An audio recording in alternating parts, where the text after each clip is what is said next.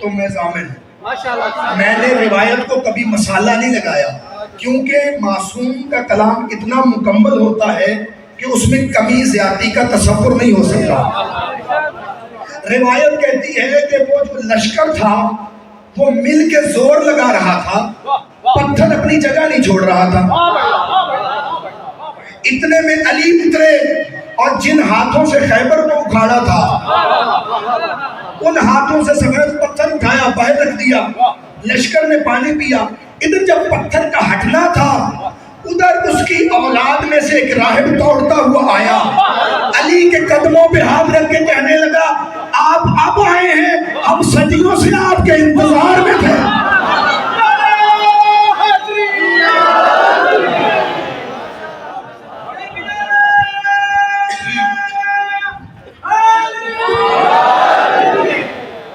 توجہ فرما رہے میرے دوست, آپ اب آئے ہیں, ہم تو صدیوں سے آپ کے انتظار میں تھے.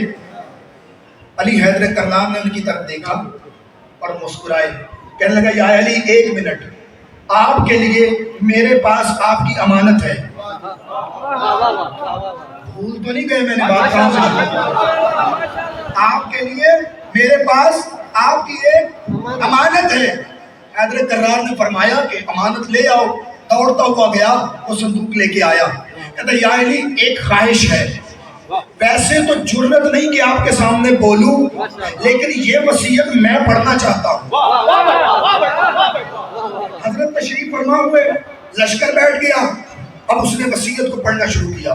بسم اللہ الرحمن الرحیم الذی قضا فیما قضا وستر فیما ستر وکتب فیما کتب انہ باعث فی الامیین رسولا منہم يعلمهم الكتاب والحکمہ ويزکیہم لا فظ ولا غلیظ ولا سخاب في الاسواق امته الحمادون الذين يحمدون على كل صعود وهبوط تدل السنتهم بالتکبیر والتہلیل. کہ اللہ آخری دور میں ایک نبی بھیجے گا جس کی علامت یہ ہوگی کہ وہ نبی غصے والا نہیں ہوگا, وہ نبی بد اخلاق نہیں ہوگا, وہ گلیوں میں فضول چلنے والا نہیں ہوگا, وہ نبی علم و حکمت کی تعلیم دے گا, کوئی اس کو پتھر بھی مارے گا معاف کر دے گا. اس کی علامت یہ ہوگی کہ وہ جہاں بھی جائے گا, کسی پہاڑی پہ چڑھے یا اترے, کسی جنگ میں جائے یا گھر میں رہے, وہ اور اس کے چاہنے والے ہمیشہ ذکر خدا میں مشغول رہیں گے. اللہ ہر میدان جنگ میں اس کی مدد کرے گا. اللہ ہر میدان جنگ میں اس کی مدد کرے گا. پھر اللہ تعالیٰ کے حکم سے اللہ اس نبی کو اٹھا لے گا. جب وہ نبی اس دنیا میں جائے گا تو اس کی امت میں اختلاف ہوگا, پھر اتفاق ہوگا, پھر اختلاف ہوگا. جب اس کی امت میں اختلاف ہوگا پھر اسی دوران اس نبی کی امت میں سے ایک ولی کا یہاں سے گزر ہوگا.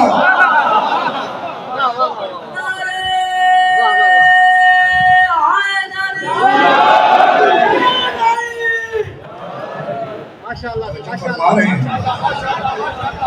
یہ بات میں مکمل کر سکتا ہوں.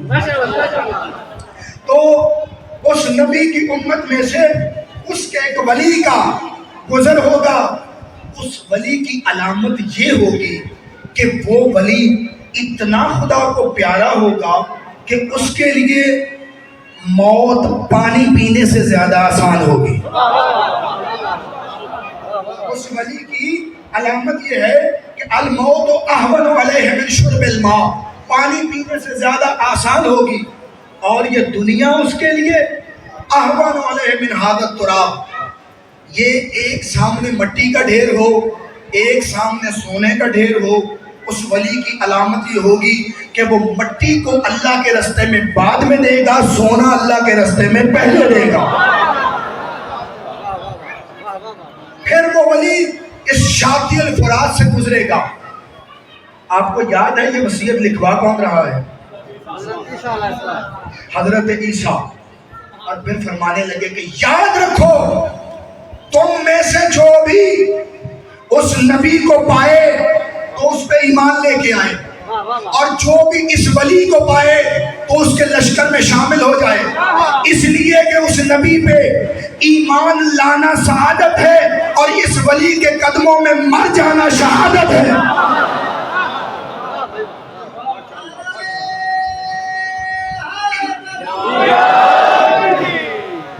جب یہ وصیت پڑھی حضرت امیر المومنین کی آنکھوں سے آنسو جاری ہے اور ایک جملہ کہا الحمدللہ الذی لم یجعلنی نسیا منسیا، حمد ہے اس اللہ کی جس نے کبھی بھی مجھے فراموش نہیں کیا،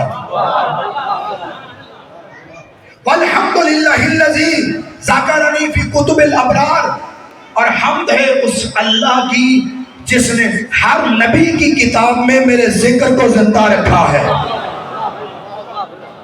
ہر نبی کی کتاب میں میرے ذکر کو زندہ رکھا ہے۔ اب اگر کسی کو بات یاد ہے تو اس کے لیے خصوصی توجہ کا طالب ہوں۔ 150 وہ صحابہ جنہوں نے بیعت رضوان میں شرکت کی، 80 وہ صحابہ جو بدری صحابی تھے، اور علی خود بھی موجود ہیں۔ یہ عیسائی قدموں میں بیٹھا اور اس نے قدموں میں بیٹھ کے وہی کلمہ پڑھا جو تم پڑھتے ہو، وہی کلمہ پڑھا جو تم پڑھتے ہو۔ میں یہاں رک کے کہنا چاہتا ہوں کہ علی کا نام کلمے میں لینا بدعت نہیں ہے، صحابہ کی سنت ہے۔ میں کل بھی بتا چکا کہ جب علی کا نام آیا صحابہ خوش ہوئے، اور ہمیں صحابہ کی خوشی میں خوشی کرنی ہے۔ اب 150 وہ صحابی، 80 بدری صحابی، حیدر کرار کی ذات، اس نے جو کلمہ پڑھا اور ایک جملہ کہا، اس نے کہا یا امیر المومنین انا اصاحبک ولا افارقک حتی یصیبنی ما اصابک۔ گھبرائے تو نہیں بیٹھے، گھبرائیں گے آپ اس کے بعد جو میں کہنے والا ہوں۔ حتی یصیبنی ما اصابک، اے علی میں اب آپ کے ساتھ رہوں گا، آپ کے قدموں میں رہوں گا، جو تکلیف آپ کو پہنچے گی وہ مجھے پہنچے، جو سعادت آپ کو پہنچے گی وہ مجھے پہنچے، اب میں آپ کا ساتھ نہیں چھوڑوں گا۔ یہ کہا، جنگ صفین میں یہ شہید ہو گیا، اور ایسا خوش قسمت تھا کہ اس کی نماز جنازہ بھی علی نے پڑھی اور اپنی قمیض کا کفن بھی اسے عطا کیا۔ اب میں برادران سے اور بزرگان سے گزارش کروں گا کہ آپ جو چندے کی اپیل کرتے ہیں تاکہ مومن تھوڑا پریشان بھی ہو جائے اور صلوات بھی پڑھ لے محمد۔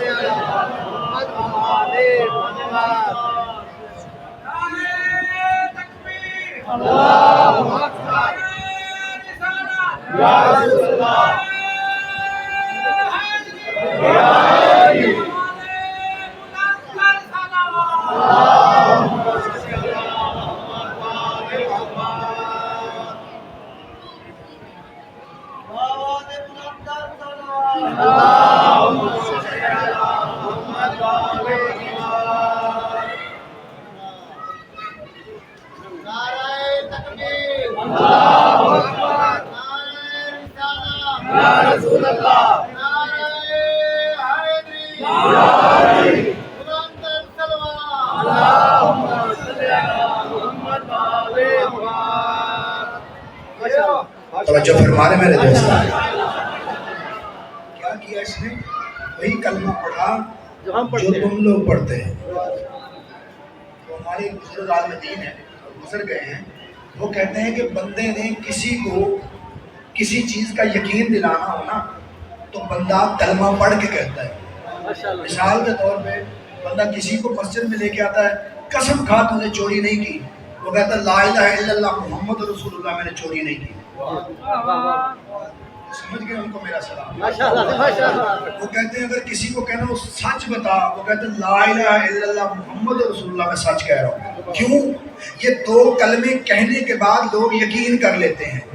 ہم بھی لا الہ الا اللہ محمد رسول اللہ پڑھ کے کہتے ہیں علی اللہ کا ولی ہے۔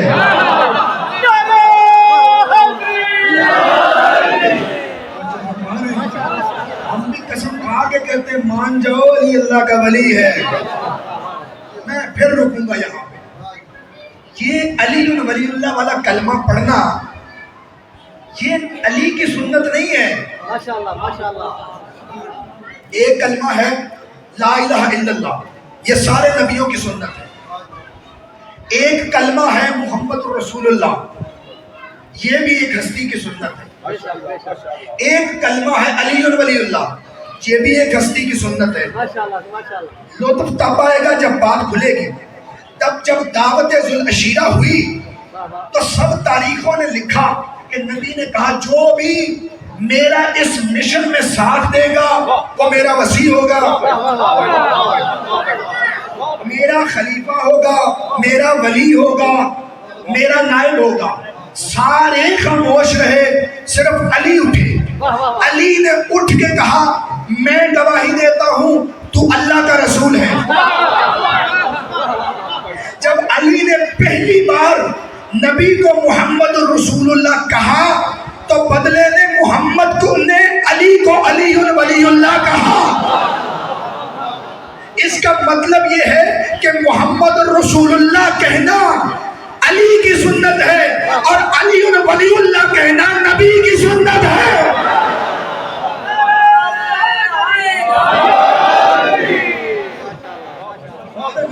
ماشاءاللہ ماشاءاللہ. تھوڑی اور زحمت دے سکتا ہوں. اچھا، ان دونوں ہستیوں کا آپس میں ربط بڑا پیارا ہے، محبت بڑی ہے ان دونوں ہستیوں کی. حضرت سلمان فارسی وہ کہتے ہیں میں مسجد میں داخل ہوا تو میں نے منظر عجیب دیکھا. کہ کیا منظر دیکھا؟ میں نے دیکھا ایک طرف علی دعا کر رہے ہیں، ایک طرف نبی دعا کر رہے ہیں. ماشاءاللہ ماشاءاللہ. حضرت سلمان فارسی کو یہ شوق تھا کہ جب بھی یہ ہستیاں کچھ فرما رہی ہوں وہ بڑی توجہ سے سنتے تھے. وہ نبی کے پاس گئے تو نبی فرما رہے تھے اللہم بحق علی اغفر لخاطئین من امتی، اے اللہ تجھے علی کا واسطہ میری امت کو بخش دے. بڑی آسانی سے آپ نے ہضم کر لیا. مجھے دوسرا جملہ کہنے دیں کہ جب علی کے پاس گئے تو علی کہہ رہے تھے اللہم بحق محمد اغفر لخاطئین من شیعتی، اے اللہ تجھے محمد کا واسطہ میرے شیعوں کو بخش دے. حضرت سلمان فارسی بیٹھ گئے اور متجسس ہیں کہ اگر علی نبی کا واسطہ دے تو سمجھ میں آتا ہے. علی چھوٹے بھائی ہیں، وسیع ہیں، ولی ہیں، خلیفہ ہیں، نائب ہیں. علی اگر واسطہ دے نبی کا سمجھ میں آتا ہے، لیکن نبی علی کا واسطہ دے یہ سمجھ میں نہیں آتا. الغرض دونوں ہستیوں نے نماز مکمل کی، دعا مکمل کی. جب دونوں ہستیاں بیٹھی تو سلمان نے کہا یا رسول اللہ بات سمجھ میں نہیں آئی کہ آپ علی کا واسطہ دے رہے ہیں، علی آپ کا واسطہ دے رہا ہے. نبی مسکرا کے کہنے لگے سلمان یاد رکھنا جب علی اللہ کی پوری کائنات میں دیکھتا ہے اسے مجھ سے بہتر کوئی نہیں نظر آتا، جب میں دیکھتا ہوں مجھے علی سے بہتر کوئی نہیں نظر آتا.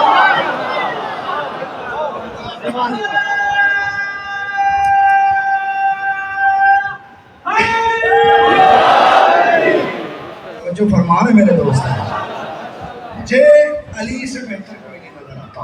کوئی ایسا مقام نہیں ہے کہ جہاں پر نام مصطفیٰ ہو اور نام مرتضیٰ نہ ہو. سبحان اللہ. اللہ نے کوئی ایسی مخلوق نہیں بنائی کہ جس کے اوپر اپنا، اپنے رسول کا اور اپنے ولی کا نام نہ لکھا ہو. ماشاءاللہ ماشاءاللہ. توجہ فرما رہے میرے دوست ہیں. میں آپ سے کئی دفعہ یہ عرض کر چکا ہوں اور کئی دفعہ ہمارے درمیان یہ بات بھی ان 2 دنوں میں کہ یہ مجلس ہے اور کھلی جگہ پہ ہے تو لوگ آتے جاتے رہیں گے.